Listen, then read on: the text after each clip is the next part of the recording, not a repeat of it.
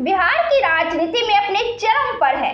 महागठबंधन ने कांग्रेस पार्टी है, मुकेश सहनी की पार्टी वीआईपी है, सीपीआई है और तेजस्वी यादव की पार्टी राष्ट्रीय जनता दल शामिल है। अब कांग्रेस बिहार में इस बार पूरे दमखम से चुनाव लड़ने के मूड में नजर आ रही है। बात आएगी फिर सीट बंटवारे पर और सीट बंटवारे को लेकर अभी से महागठबंधन में पेच उलझता हुआ नजर आ रहा है। कांग्रेस का मूड इस बार बदला हुआ तो नजर आ ही रहा है और कांग्रेस के इस एक्शन पर रिएक्शन भी हो रहे हैं। इधर एनडीए पूरी तरह से बिहार जीत पर फोकस किए हुए है, उधर महागठबंधन कभी टूटता हुआ नजर आ रहा है तो कभी सिमटता हुआ, कभी सीट पर बहस आकर ठहर रही है तो कभी सीएम फेस पर तो कभी उप मुख्यमंत्री के मुद्दे पर।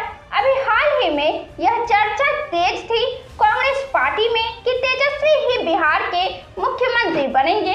लालू यादव ने भी मोतिहारी में यह कहा कि तेजस्वी यादव के नेतृत्व में बिहार में सरकार बनेगी।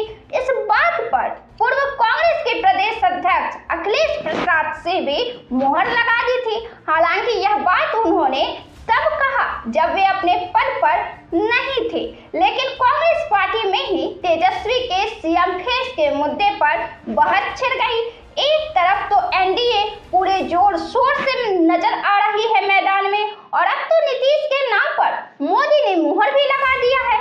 इस बात को भी सड़क से लेकर राजनीतिक गलियारों तक स्वीकार कर लिया गया है। वहीं दूसरी तरफ महागठबंधन में सीएम फेस को लेकर ही घमासान हुआ, क्योंकि एक तरफ जहां तेजस्वी के महागठबंधन का सीएम फेस पहले से ही माना जा रहा है, वहीं दूसरी तरफ कांग्रेस के प्रभारी कृष्णा अल्लाउरू ने यह कहा कि सीएम का फेस अभी तय नहीं हुआ है। सभी दलों की जब मीटिंग होगी तब इस पर निर्णय लिया जाएगा। अभी इस पर कुछ भी कहना सही नहीं होगा।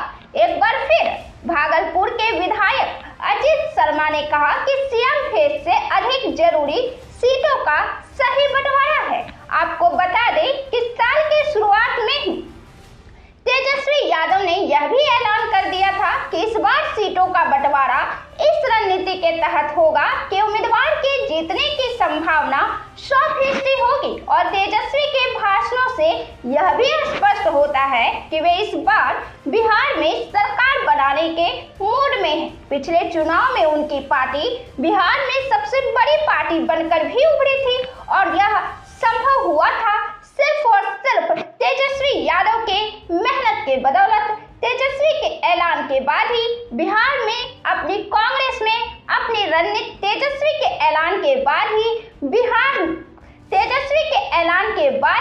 बिहार कांग्रेस ने भी अपनी रणनीति में बदलाव भी किया है। तो ऐसे ही बिहार और देश की तमाम पॉलिटिकल अपडेट से जुड़े रहने के लिए बने रहे हमारे साथ।